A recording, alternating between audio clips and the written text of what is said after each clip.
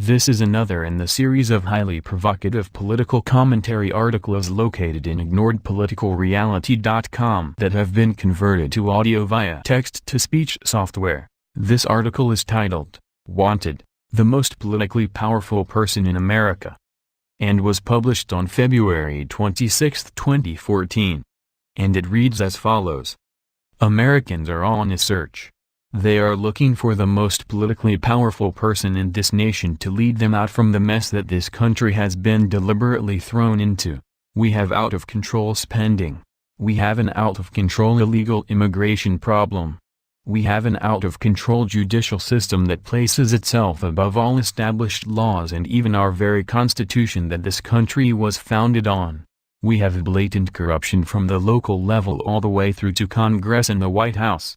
Our military personnel are committed to die in unapproved military operations which only serve the personal interests of those corrupted officials in our national government as well as their owners. Americans are searching for a leader. They're constantly searching the newspapers, magazines, the television news and even talk programs.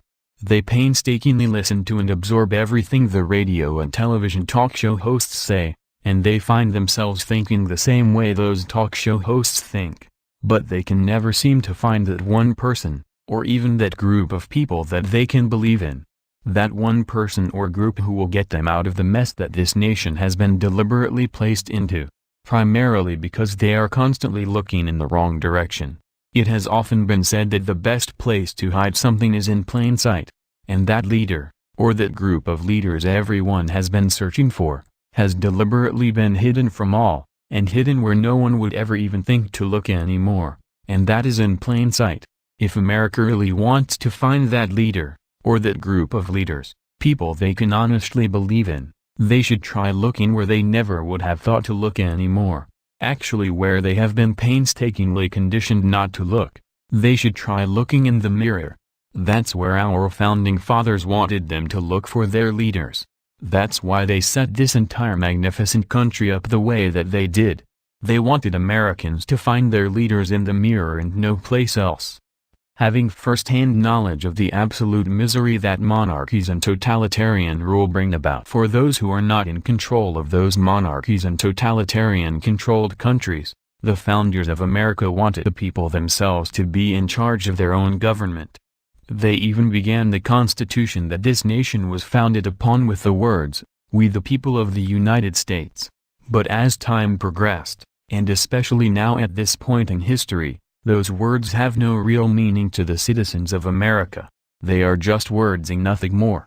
Those words have been degraded to nothing more than a well-overused phrase that Americans like to throw out, and they no longer even know the absolute power that was originally invested in those words. Even those who want this country destroyed, use those words, to spin their ideology and make it more palatable to the minds of those they want to remain ignorant of what is taking place in America today. Thus those words no longer have any true meaning to the vast majority of Americans. Most Americans living today have not even read the Constitution of the United States.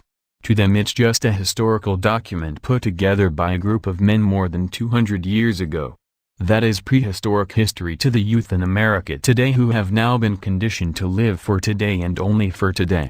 Those who want this country destroyed were given complete control over the education of America's youth back in the 1970s, where they could from then on slowly indoctrinate the youth of this nation toward communism. The founders of this nation are now regarded by America's youth as rebellious radicals who did not like the authority of the state.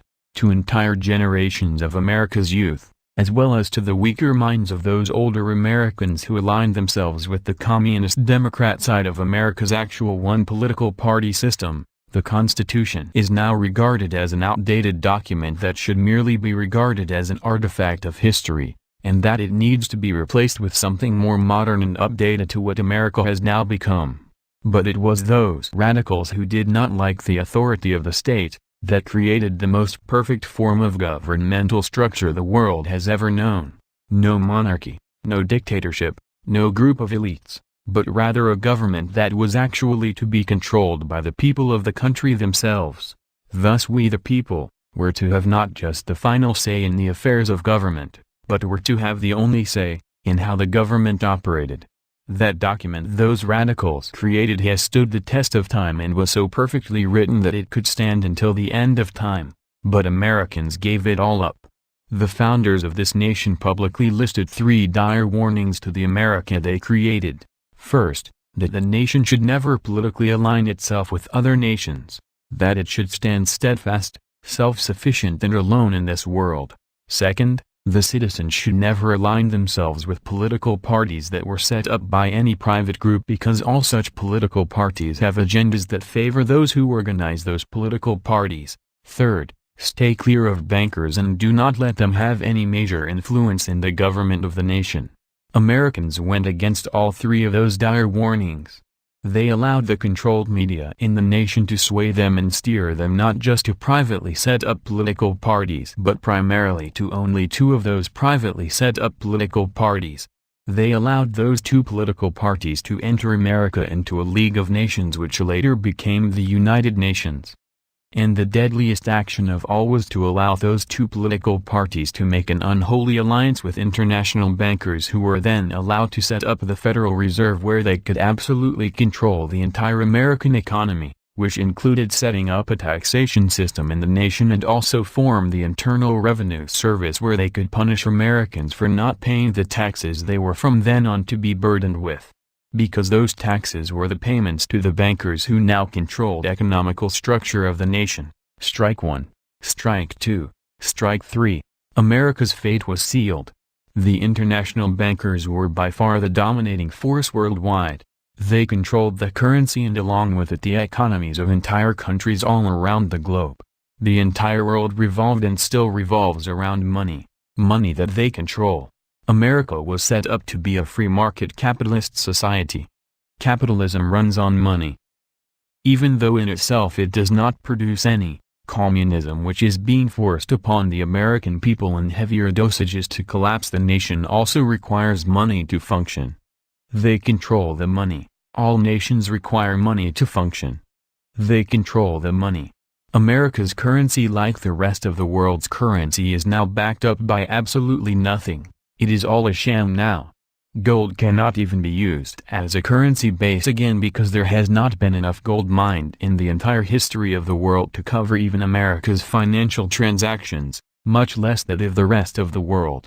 If the world were to suddenly go back to a gold standard, to cover the daily transactions in the financial realm, gold would need to be revalued to several $1 million per troy ounce, which would make many people including myself very happy. In the technological world that this planet has now become, it's all just numbers now and nothing more, and the international bankers control those numbers. It was the bankers that set up first the League of Nations, which failed but was then reconstructed as the United Nations, where the bankers could consolidate world control. They used the natural human trait of greed to purchase Americans that were placed into political office and then ended up funding both of America's primary political parties, which in essence made them actually one political party that was under direct control of the bankers. In other words, they outright purchased America's government.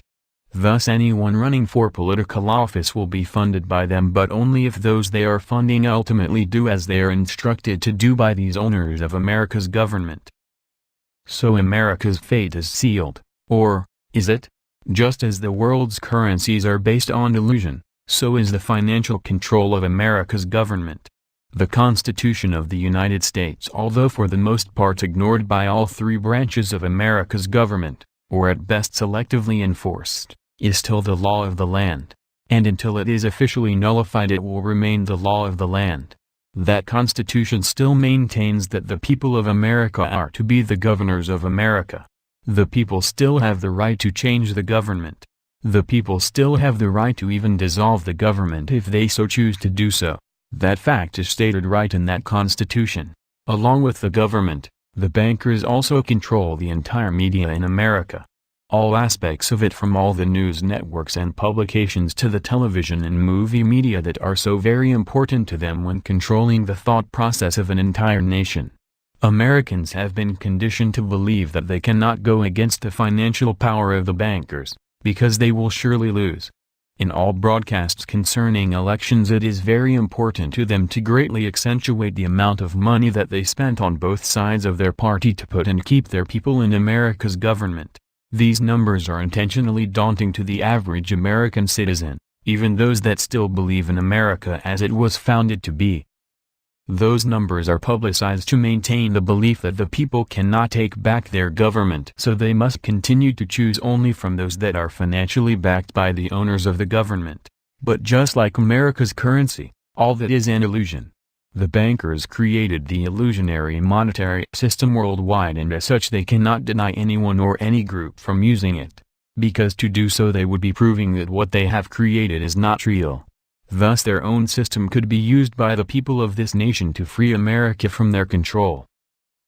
In several of my articles I have shown people exactly how they can not only raise the necessary numbers needed to put their own people once again into America's government, but how to successfully garner nationwide acceptance and support for someone or a group of citizens that are truly from the people and not owned and controlled.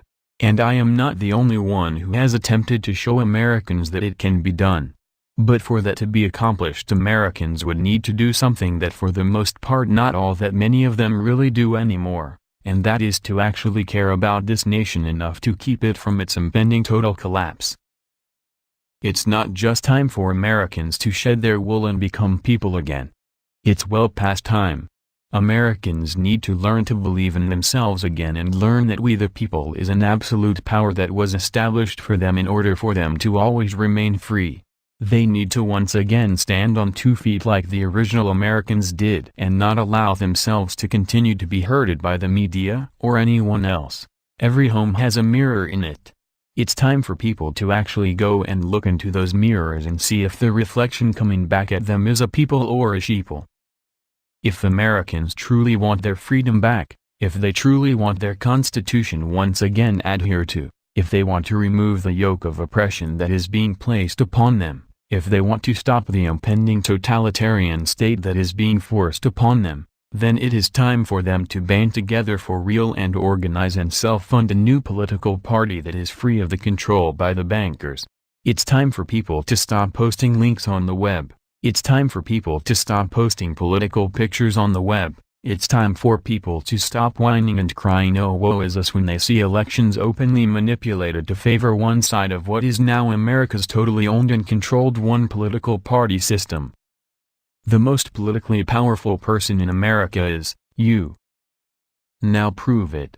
Join together as a people united and take this country back from those who have purchased it from the corrupt people you placed into office via the owners. Or just stay home and give up and admit to yourselves that America, the last best hope of freedom for all mankind, is over.